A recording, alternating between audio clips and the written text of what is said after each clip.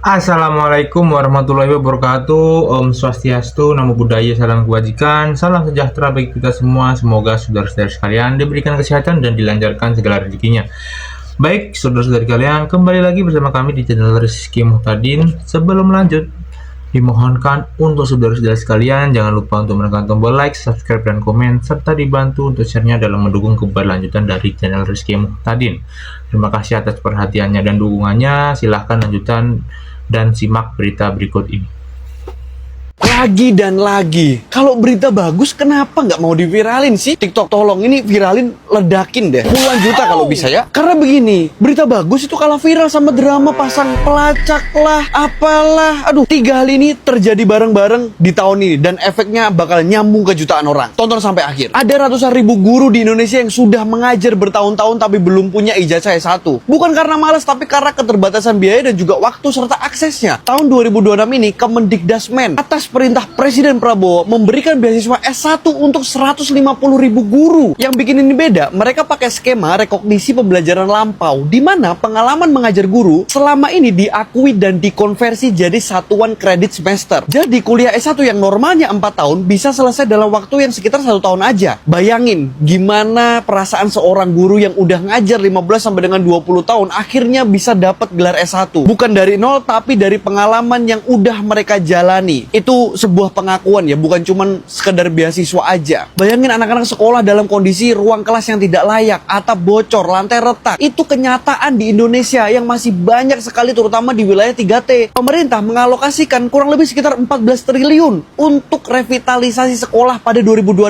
ini. Awalnya kemarin cuma ditargetin 11.000 sekolah, tapi setelah perluasan sasaran jumlahnya naik jadi 71.744. Jadi fokus utamanya 3. Sekolah dengan kerusakan berat, sekolah di wilayah 3T, dan sekolah di daerah yang terdampak bencana. 71.000 sekolah, Pak. Coba bayangin, itu artinya berapa ribu anak yang akhirnya belajar di tempat yang layak. Dan ini bagian yang paling sering tuh kelewat dari pemberitaan. Dari proyek revitalisasi 71.000 sekolah ini, itu diperkirakan akan menyerap sekitar 1,1 juta tenaga kerja. Dengan masa kerja sekitar 3 sampai dengan 8 bulan selama proses pembangunan berjalan. Bayangin efeknya, sekolahan jadi, ekonomi juga jadi, orang kerja dapat. Revitalisasi ini dilakukan lewat mekanisme swakelola. Jadi sekolah dan masyarakat sekitar itu bisa ikut terlibat langsung dalam proses pengerjaannya. Artinya tukang bangunan di kampung, pekerja harian di desa, sekarang mereka punya kesempatan kerja yang nyata di lingkungannya mereka sendiri. Satu kebijakan, 3 dampak. Guru naik kelas, anak sekolah dapat tempat layak, rakyat lokal dapat kerja. Kenapa sih kok ini penting banget buat kita sadari? Karena kita tuh seringnya cuma rame soal yang bikin emosi, sisi negatif, berita negatif. Yang viral itu yang bikin marah, emosi. Tapi kebijakan yang bener-bener mengubah hidup orang, yang bener-bener dirasain, sering lewat begitu aja tanpa disorot, gak mau dilihat. Bukan berarti kita itu berhenti kritis, enggak guys. Tapi kalau ada yang baik dan itu programnya bagus, ya kita harus apresiasi.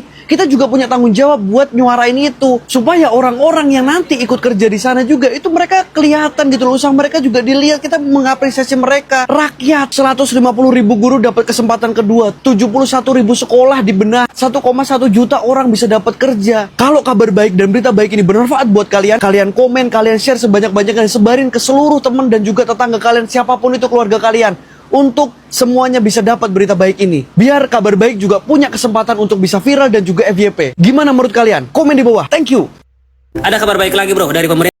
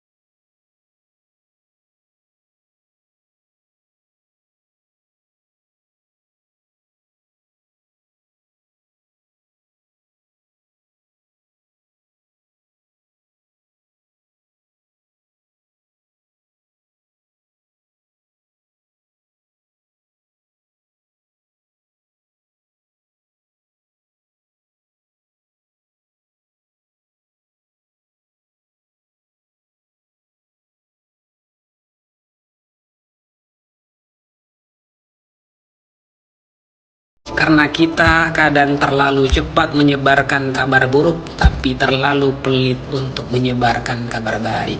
Bantu viralkan juga lah guys. Kita sudah cukup lelah dengan berita buruk yang membuat kita marah setiap hari. Sesekali mari sebarkan kabar yang membuat kita optimis bahwa Indonesia bisa menjadi lebih baik. Dan kalau ada kabar baik lain, pastikan berkabar ke saya. Atau share kata kita kepada kita. Bapak Prabowo alokasikan dana 14 triliun untuk perbaikan sekolah. Dan mudah-mudahan sekolahku termasuk ya Bapak ya, karena lihat coba.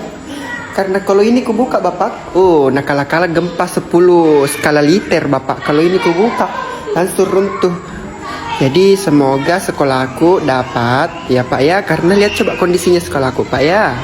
Pak lihat Pak, bolong ini. Kalau terbuka ini Pak akan runtuh seruntuh-runtuhnya di sekolahku Pak. Jadi bahaya. Dan itu juga Pak agak nih Pak nih. Agak ya berbahaya sebenarnya Pak, tapi tidak ada pilihan lain. Nah ini juga agak hamil-hamil sedikit ini Pak apa namanya ini? Timbawon nggak tuh? Atapna Pak ya. Jadi saya harap dari berapa tadi sekolah itu 71.000 sekolah. Semoga sekolahku salah satunya ya Pak ya. Aku tunggu loh Pak. Prabowo alokasikan 14T untuk perbaiki 71.000 sekolah, serap 1,1 juta tenaga kerja. Ini menarik nih. Alhamdulillah akhirnya ada berita baik juga. Berita-berita kayak gini nih yang saya tunggu-tunggu dan harus kita apresiasi, karena ini akan bikin proses pendidikan di Indonesia makin lancar dan juga ini ngebuka lapangan pekerjaan buat banyak orang. Win-win solution. Intinya presiden kita mau mempercepat perbaikan sekolah-sekolah di seluruh Indonesia, terutama di daerah 3T, tertinggal, terdepan, dan terluar. Semoga ini bikin proses belajar jadi lebih baik, masa depan negara makin cerah. Nah, kabar baiknya bukan cuma itu, karena ada berita ini nih. Prabowo perluas beasiswa buat guru. 150.000 pendidik bisa kuliah S1 gratis. Nah, begitu dong Pak. Fokusin anggaran ke pendidikan kayak begini nih yang saya suka. Dan gak cuma itu, kita baca. Akhirnya Indonesia kebanjiran banyak good news. Dana MBG dipangkas, Kopdis dikurangi, koruptor banyak ditangkap. Presiden bikin kebijakan-kebijakan kayak gini. Kamu mau lihat nggak hasilnya kayak gimana? Kita baca. Rupiah menguat, IHSG pun melesat pagi ini. Waktu video ini dibikin, dolar ada di angka 17.661. Ini progres yang nice banget kalau dibandingin kemarin yang sampai 18.000 lebih. Nah, ketika presiden dan pemerintah bikin kebijakan yang bagus, rupiah makin kuat. Apakah ini semua kebetulan? Nggak mungkin lah. Nggak mungkin. Detailnya bisa kamu baca di artikel-artikel ini. Netizen komen, buruk kita kritik, bagus kita dukung. Begitu cara jadi warga negara yang baik. Akhirnya ada kabar baik. Setelah sekian lama banyak kabar buruk. Makan gratis jadi tai, pendidikan gratis jadi tahu. Menurut kamu gimana? Saya mau dengar pendapat kamu. Baik, saudara-saudara kalian, itu dia berita informasi yang dapat kami sampaikan. Sekali lagi dipohonkan untuk saudara-saudara sekalian, jangan lupa untuk menekan tombol like, subscribe, dan komen, serta dibantu untuk share-nya dalam mendukung keberlanjutan dari channel Rizky Muhtadin. Terima kasih telah menonton, terima kasih atas perhatiannya, dan terima kasih atas dukungannya. Dan nantikan berita informasi terpanas selanjutnya, dan terima kasih.